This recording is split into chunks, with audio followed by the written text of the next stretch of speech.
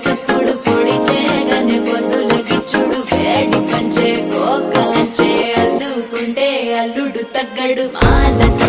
మంతరు